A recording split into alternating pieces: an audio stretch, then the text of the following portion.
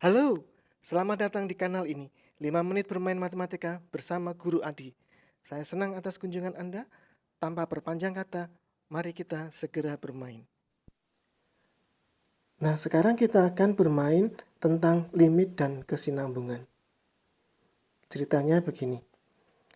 Ada fungsi yang tidak mengizinkan seluruh input, ya.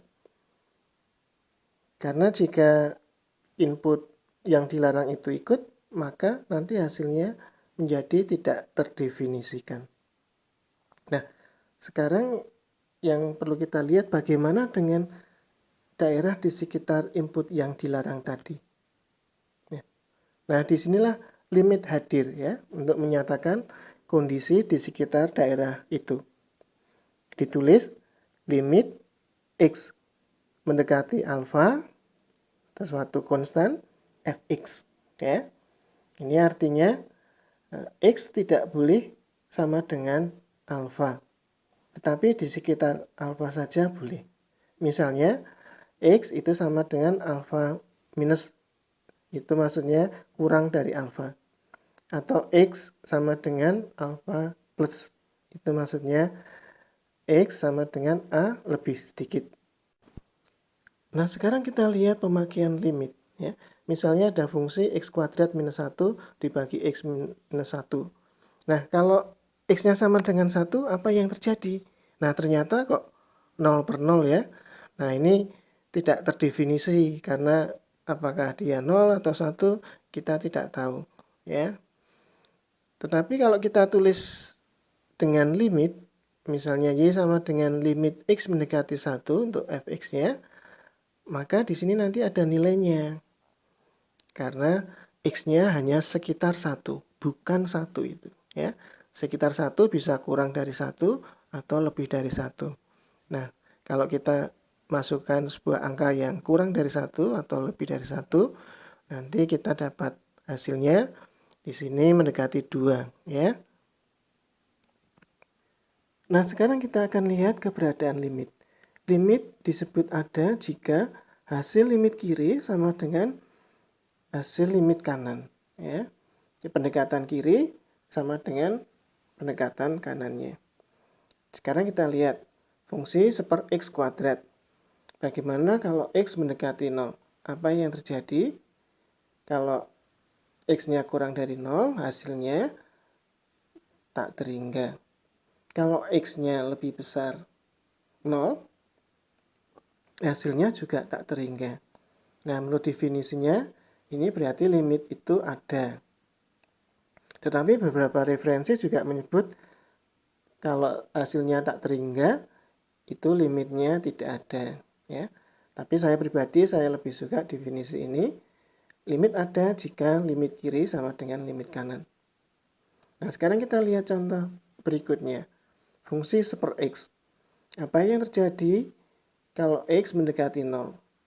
Nah, ternyata kalau x-nya negatif, ya, kurang dari 0 ya, itu hasilnya minus tak terhingga.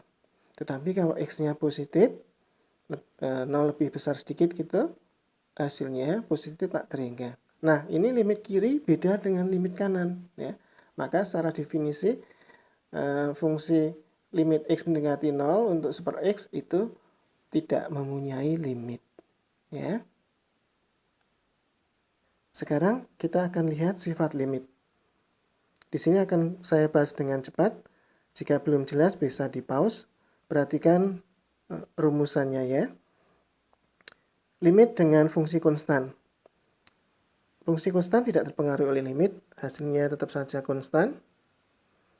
Penjumlahan, kurungnya dibuka, limit masuk di masing-masing suku ya. Perkalian dengan bilangan konstan, bilangannya keluar, sehingga limit hanya bekerja pada fungsi x. Perkalian, demikian, dibuka saja, limit masuk di masing-masing fungsi x.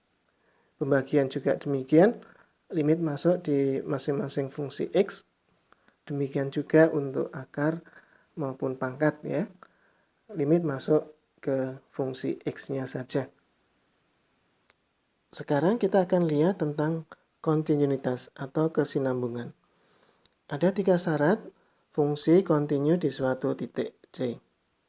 Pertama, FC itu harus ada atau terdefinisi, ya. Kemudian butir kedua, limit kiri itu sama dengan limit kanannya, ya. Yang ketiga adalah FC itu sama dengan limitnya, atau butir pertama sama dengan butir kedua. Gitu ya. Kalau ditanya apakah suatu fungsi kontinu di suatu titik, maka 3 perhitungan ini atau 3 langkah ini harus dicek satu persatu. Ya, kalau satu butir gagal berarti tidak kontinu. Ya. Contoh misalnya di grafik di A ini kita lihat butir pertama masuk nggak ini kalau X-nya misalnya 2. Nah, ternyata ada nilainya yaitu 10. Berarti butir pertama oke. Nah, sekarang kita lihat limitnya. Saat X mendekati 2. Ternyata hasilnya limit kiri itu 5, limit kanan 5. Nah, ini benar. Berarti butir kedua oke. Bagaimana dengan butir ketiga? Nah, ternyata butir ketiga tidak oke karena tadi butir pertama itu nilainya 10, butir kedua nilainya 5. Jadi mereka tidak sama. Maka ini tidak kontinu di titik X sama dengan 2. Nah, ini bisa dibetulin kalau kontinunya model semacam ini, yaitu dengan redefine atau definisi ulang. Di gambar B kita definisikan ulang bahwa saat X sama dengan 2, nilainya harus sama dengan 5. Sehingga fungsinya menjadi kontinu di X sama dengan 2. Begitu ya, jelas? Oh, ternyata waktu kita sudah habis. Maaf, saatnya untuk berpisah. Terima kasih atas perhatian Anda. Semoga permainan ini bermanfaat. Sampai jumpa lagi di permainan yang lain. Salam.